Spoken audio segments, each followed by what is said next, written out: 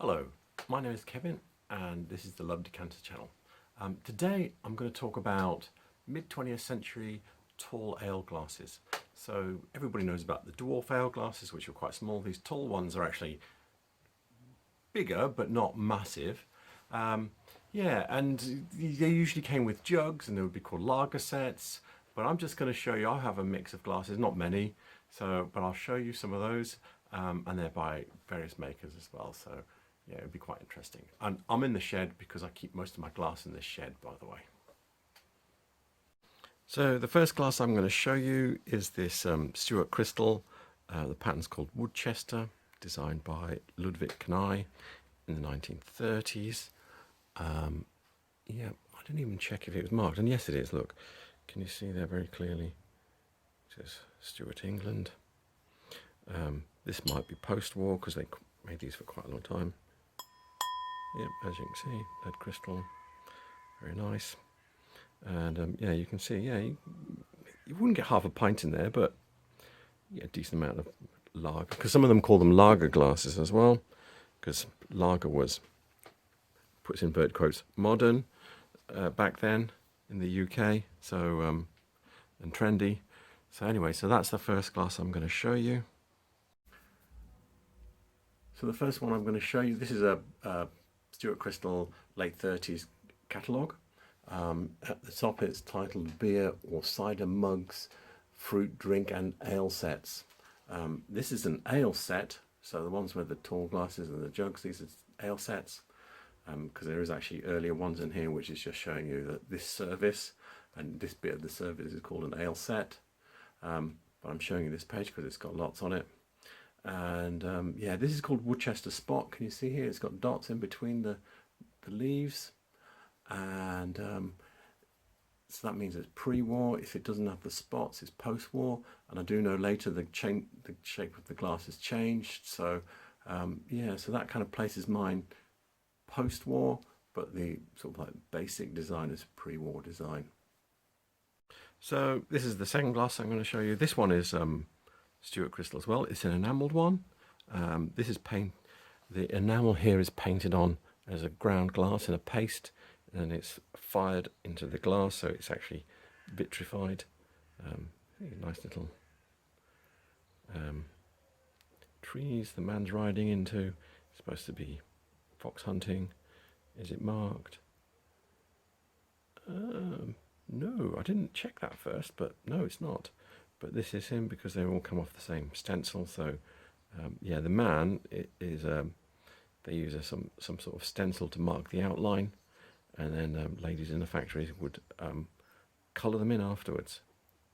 So yeah, a little bit of deterioration in the colour of it down there, but yeah, some decent nick. Yeah, I'm back on this page for the glass with the horseman on it. There's no horseman. In fact, in this bit of the book, there is no horseman. There is an ale glass here with enamelling on it. It's got a ship on it, but no horseman. I might check my other references though. So a quick check in my other references. I'm looking at Miller's 20th Century Glass by Andy McConnell. And yeah, so what he's got here, he's got the glass here, but with flowers on it. Personally, I wouldn't be drinking my beer out of flowery glasses, but yeah. And then over here, he's got the same, because remember I said it was done with a stencil. There you go, there's your horseman. I think it's the same one, because I'm not in the shed anymore. So yeah, but it does show you that yeah, they had horsemen, and some of the bigger pieces have foxes and hounds and everything on them. So this glass is a Whitefriars glass. Yeah, it's a bit monumental. I've had to come a bit further away from it to get it in the picture. And yeah, it's from the 1950s. The pattern number is, let me double check before I go and open my mouth, it's 9316. Yeah, and it's very kind of space agey. Look at with the rings, which are actually added, applied rings on clear, so they're in amber, and So I have a jug to go with these, and I will do this, and this is actually called part of a lager set. So yeah, so it is trendy. So what I'm looking at here is the Whitefriars Revisited book by Chris Woolmore, and there it is there. It doesn't have a year. I will go and look in the catalogues. I've accidentally pulled mine in half, but I'll have to sort it out too. I know that this is right because actually this is my service, because I went to this exhibition and I did actually buy these glasses and that jug. So yeah, they're mine, all mine. So here's the glass, the Whitefriars glass from the 9316 lager set. So this is the 1957. It's called water and lager set. So I imagine these are water, these are lager. Yeah, so this is in the 1957 catalogue, but it's also in the 1950 catalogue. I'm not showing you the 1951 because the picture's so terrible you can hardly tell what it is, but it does say 9316. So yeah, so this was made for us a while, but it is quite a rare set. I do see some from this pattern as well. I see these glasses around, but usually people wanting money for them, they think they're vases and they're looking for like 15 quid a glass, so no thank you. So this next lager glass I'm showing you is made by Thomas Webb. I don't have any references for this. I've forgotten, but it is marked. And if you look, where can you see it? There. But I'm holding it upside down. There we go. It says Webb in the middle, made in England, running around it in words. Yeah, this is the step cutting that you've got here is a bit wonky, and what I think is funny is that Jasper Conran, I think in the 90s, did some designing for Waterford, and he did a design that looked very like this, and his was a bit more wonky than this. But yeah, it was almost like he was copying this, but I've never seen another one of these. So I don't think the Coleman, he probably just made it up. But yeah, it kind of looks almost modern, like something you buy now. But I think I need to check the dates for this mark. But yeah, it's either pre or post war. So the next book I'm looking at is Miller's Glass of the 20s and 30s by Frankie Liebe. And in the back it's got some marks. If you look here, there is my mark from that glass, 1935 to 49. So yeah, there you go, there it is. So mid-century. Saving the tallest to the last. This is a Swedish one. It's made by Ekenäs. Designed by a lady called Greta Rumborg Tell in the 1940s. I think she worked for them something like 1941 to 1953 or something like that. I can check this. Yeah, my references, there's a online page out of the catalogue somewhere, so I'll research that and show you that that page. And this is quite nice. You can see it's got a step in the foot. It's a very pale yellow, and then a twisted stem, and then just like completely plain, just almost. And yeah, it's got a couple of little mark, but no mark on it.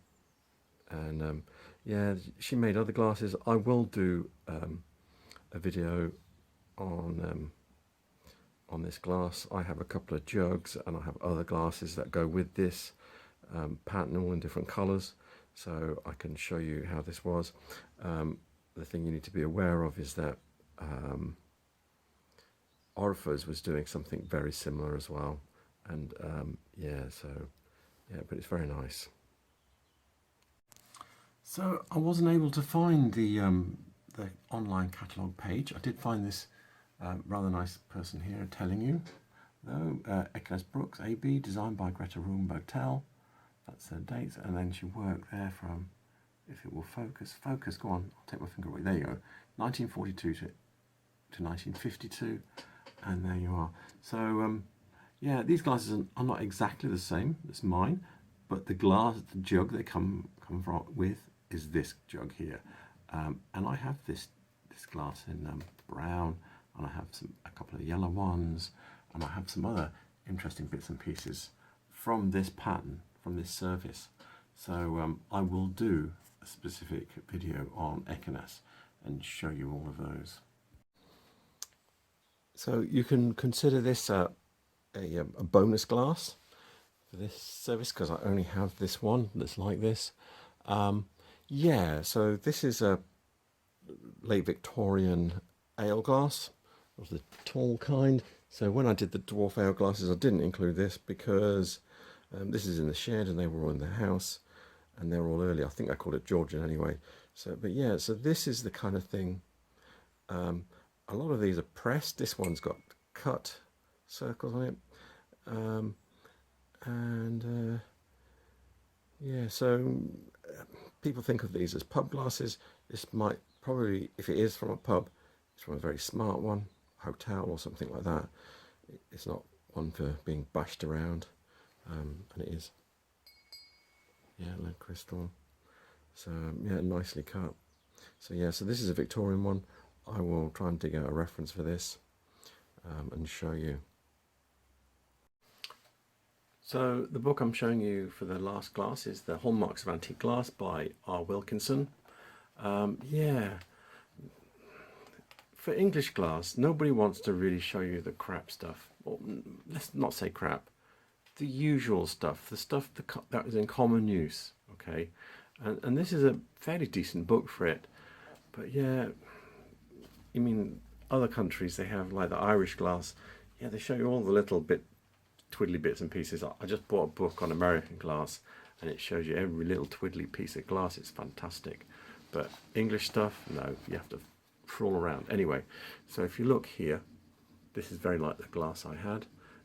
They've got one which is a pressed one, and then they've got a cut one here.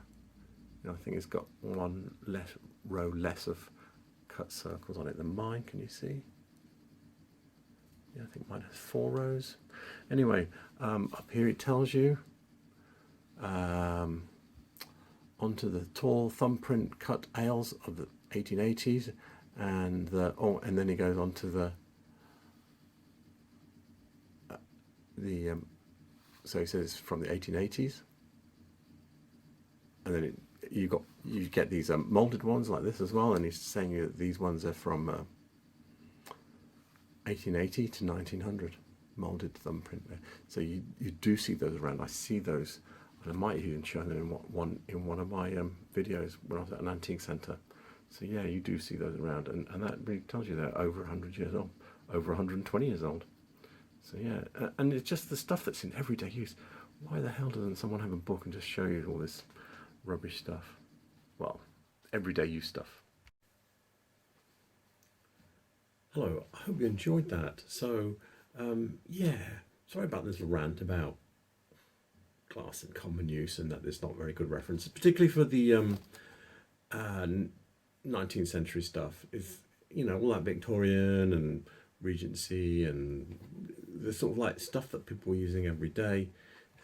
There's crap all on it really usually. So it is what it is. You just have to plough on and do your best you can, try and figure things out. So yeah, I will put all the references. I'll put the websites that I've put on here in my description as well. And I hope you enjoyed it. So please, if you did, please like and subscribe. Thank you. Bye.